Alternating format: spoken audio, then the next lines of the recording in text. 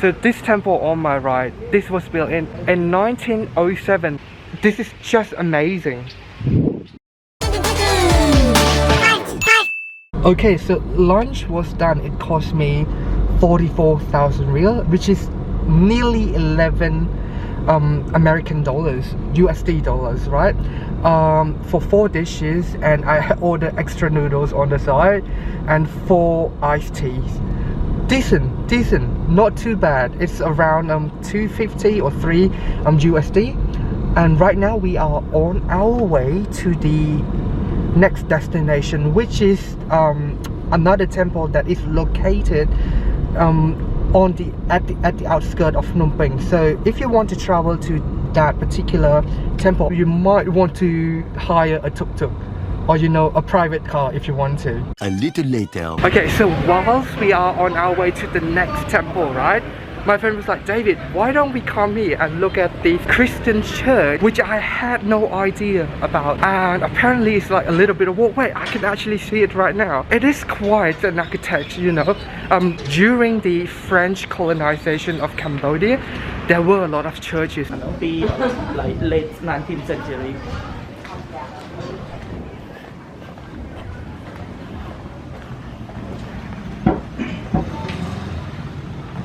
Không lấy cho họ bán nước lòng này.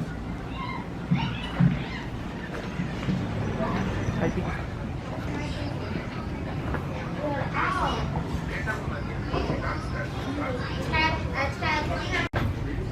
Ô ta bỏ vô ban đa phơi khổ thì là sao? Họ cũng chỉ ta biết to rồi. But Có cái thơ tẹt lên bạn 20 khơi.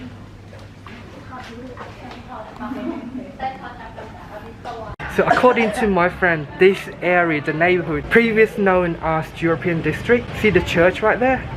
It is the only surviving church structures in Phnom Penh in general. There used to be another one across the river, but no longer exists.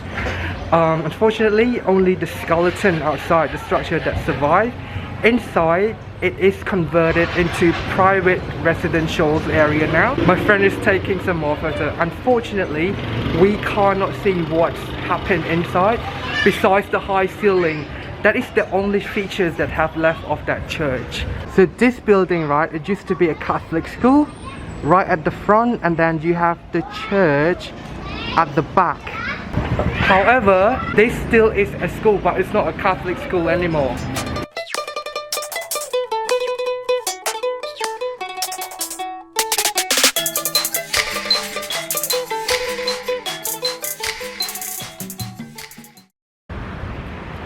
Hello everyone, welcome to the next destination.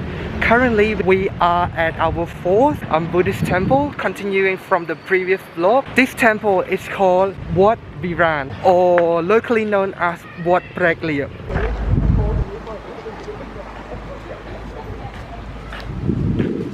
So this temple on my right, this was built in 1907, is that right? 1907? Yeah. If you look at the date that is written in khmer, it shows like that. This has been restored by the Ministry of Culture. That's why it looks kind of brand new at the moment. But the core structure still more than 100 years old.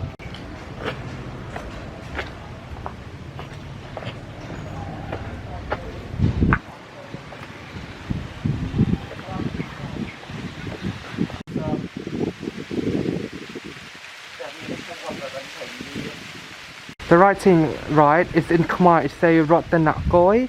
Apparently, it is the name of one of the sponsors. Actually, it is the name of the sponsor for this particular temple. Long time ago, about 100 years ago. This is the front of the temple. It's facing east. And guess what? The river is just right there. About, I would say, less than 50 meters away. Mekong River. It's not, is that Mekong River? Yes, it is. I think it is Mekong River. See, that is Mekong River. Just across from the temple.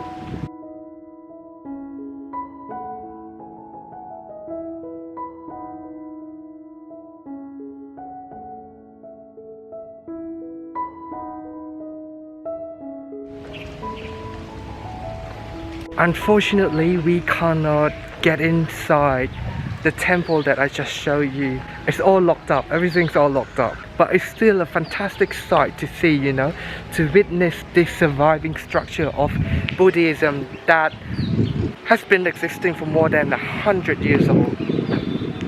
So that building was built in 1954, but it has been resurrected, like repainted and everything. It looks lovely.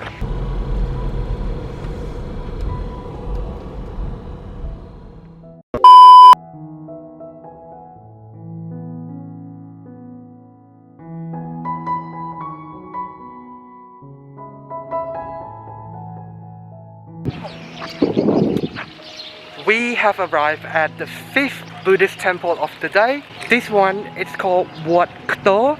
That is the nickname. The full name, I cannot pronounce it properly, so I'm not going to. But I will put on the screen. And you probably can hear from the background noises. The birds are chirping, and we got some river breeze coming through, because literally across from the temple there is a Mekong River, just right across, less than 50 meters I think, because you can see the river is like just straight on.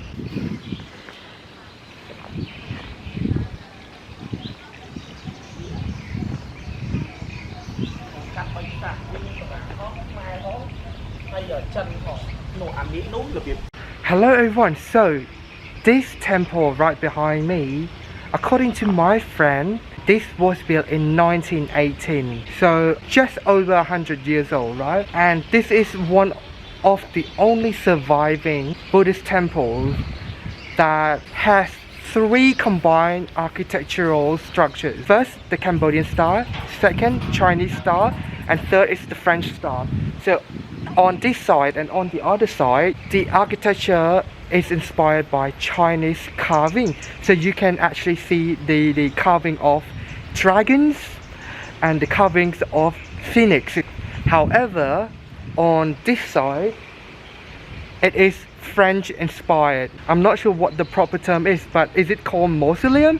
Like you can tell, like it is very French inspired. And the rest, the main architecture is khmer or Cambodian. Do you know, this is absolutely refreshing and magnificent. I am speechless. This is the first time that I heard of this temple, about the history of it and the architecture, the style.